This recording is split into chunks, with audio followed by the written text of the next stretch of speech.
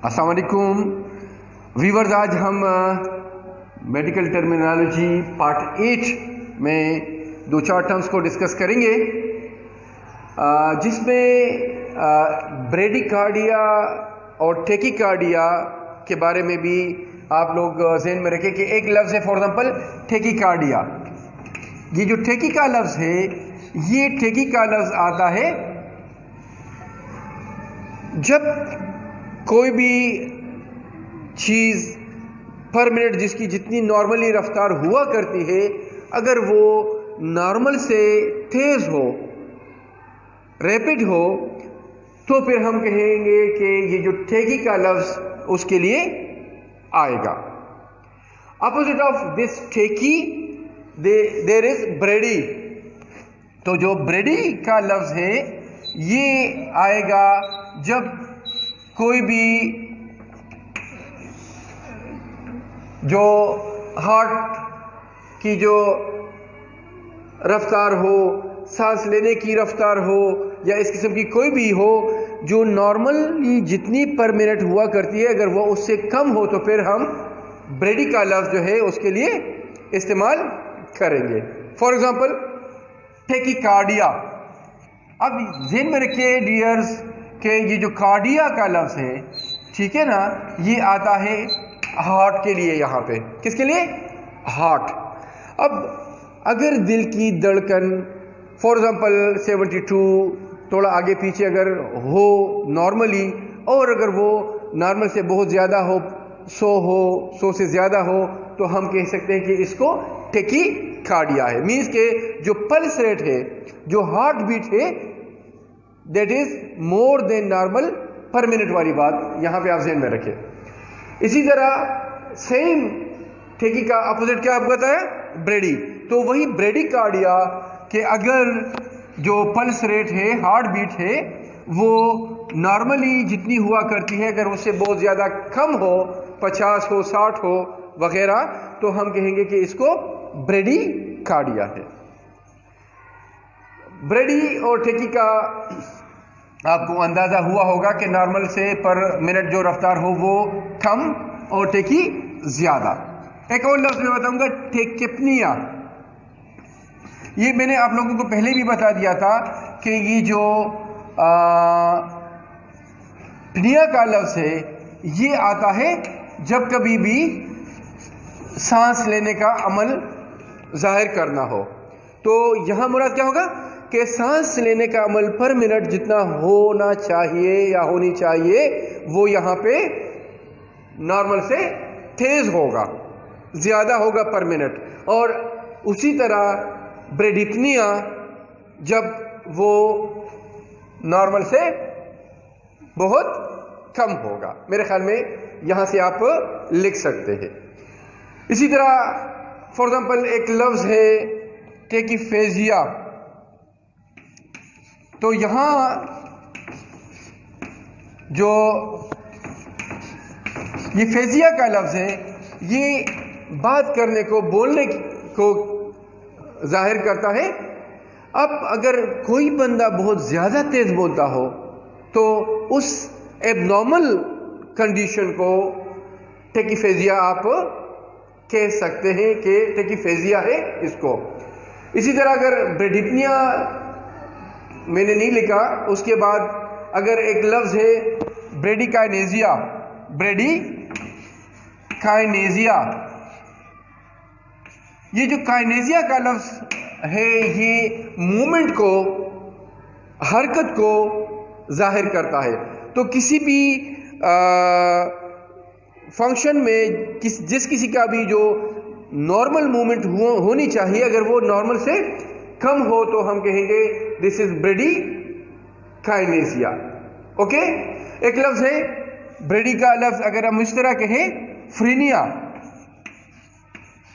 फ्रीनिया जिस तरह शिज़ोफ्रीनिया, तो फ्रीनिया का लफ्ज़ इंडिकेट करता है जो बंदा नॉर्मली थिंकिंग थॉट्स को, तो किसी की जो थॉट्स है वो किसी भी बीमारी की वजह से अगर वो स्लो हो, तो यहाँ पर टेकिफ्रीनिया का लफ्ज़ आपके जहन में आएगा। एक और चीज हम लेते हैं, दैट इज एक्टोमी का लफ्ज अगर हम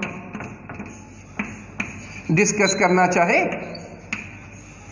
ज़हन में रखें कि ये जो एक्टोमी का लफ्ज आएगा सफिक्स के तौर पर ये यूज होता है, सफिक्स मीन्स के लास्ट में आएगा, तो इससे मुराद ये होगा कि किसी भी पार्ट ऑफ द बॉडी की सर्जिकली रिमूवल हुई है, मतलब कि सर्जिकली उसको रिमूव किया गया है। तो एक्टोमी का लफ्ज उस सर्जिकली रिमूवल के लिए आपके ज़हन में होनी चाहिए।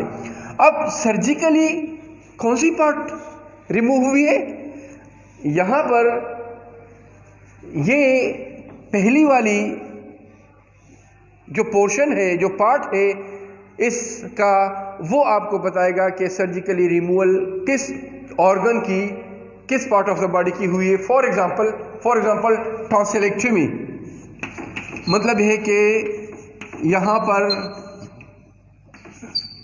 यही जो सर्जिकल रिमूवल हुई है, लेकिन किसकी हुई है, टॉन्सिल की। जो टॉन्सिल ग्लैंड है वो अगर इनलार्ज हो, उसकी सर्जिकली रिमूवल मजबूरी से हो, तो दैट ऑपरेशन या that process will called tonsillectomy. Is it clear? अब फॉर एग्जांपल अपेंडिसेक्टमी या अपेंडेक्टमी, ये लफ्ज अपेंडिक्स की जो सर्जिकली रिमूवल है उसके लिए आपके ज़हन में आनी चाहिए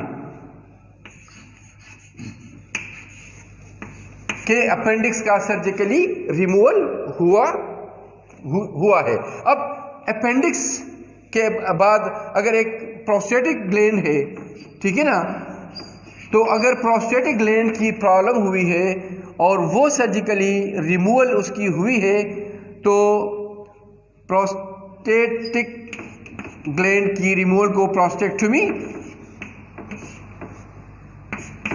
बोला जाएगा कि सर्जिकली रिमूवल हुई है किस चीज की, प्रोस्टेटेड ग्लैंड की।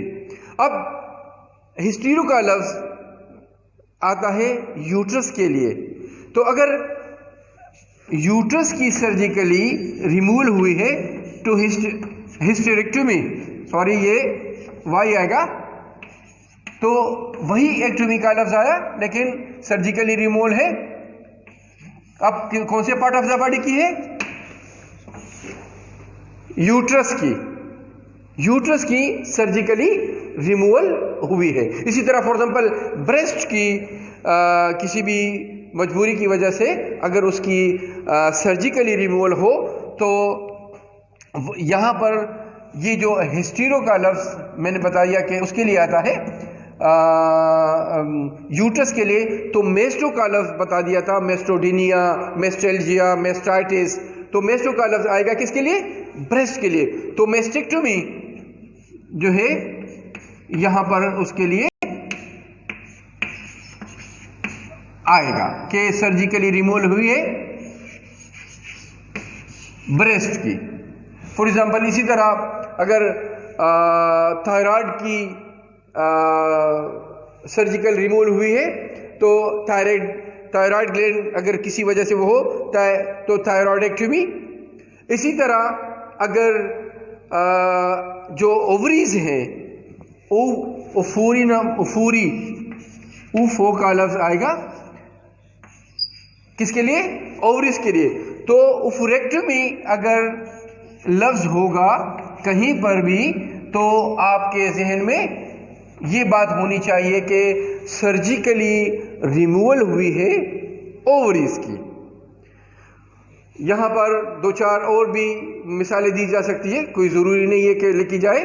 फॉर एग्जांपल हेमोरॉयडेक्टमी, हेमोरॉयड की अगर सर्जिकल रिमूवल हो, एक चीज़ में लिख लूँ तो अच्छी बात है, कोलिसिस्टेक्टमी, थोड़ा सा उसमें फॉर एग्जाम्पल ये जो कोली का लफ्ज आएगा, ये आएगा गाल ब्लैडर के लिए, जो गाल है, बाइल है, और सिस्ट का लफ्ज आएगा उसी ब्लैडर की गाल ब्लेडर, और एक्टोमी का लफ्ज आएगा कि गाल ब्लेडर की सर्जिकली रिमूवल हुई है। एक और लफ्ज ज़हन में रखें, ओडोन। ओडोन का लफ्ज आएगा दांत के लिए, ओडोंटाइटिस वगैरह बता दिया था। तो ओडोन का लफ्ज है, तो ओडोंटेक्टोमी जो है ये जाहिर करेगा कि ओडोंटेक्टोमी वही स्पेलिंग है कि टूथ एक्सट्रैक्शन हुई है, टूथ एक्सट्रैक्शन हुई है, सर्जिकली दांत को निकाला गया है किसी भी वजह से। तो यहाँ पर चंद बातें आप लोगों को इस एक्टोमी से मुतालिका याद रहनी चाहिए कि सर्जिकल रिमूवल है, यही ब्रेडी का लफ्ज़ है जो रफ्तार में नॉर्मल से कमी है, और यही ठेकी का लफ्ज़ है जो रफ्तार में नॉर्मल से ज़्यादती है। उम्मीद है इंशाअल्लाह ताला कि इससे आपको कुछ चीज़ें ठीक ठाक तरीके से जहन में आई होगी, और जब कभी भी इससे वास्ता हो तो आप इसको समझ सकेंगे। नेक्स्ट पार्ट में मुलाकात होगी। अल्लाह हाफिज़।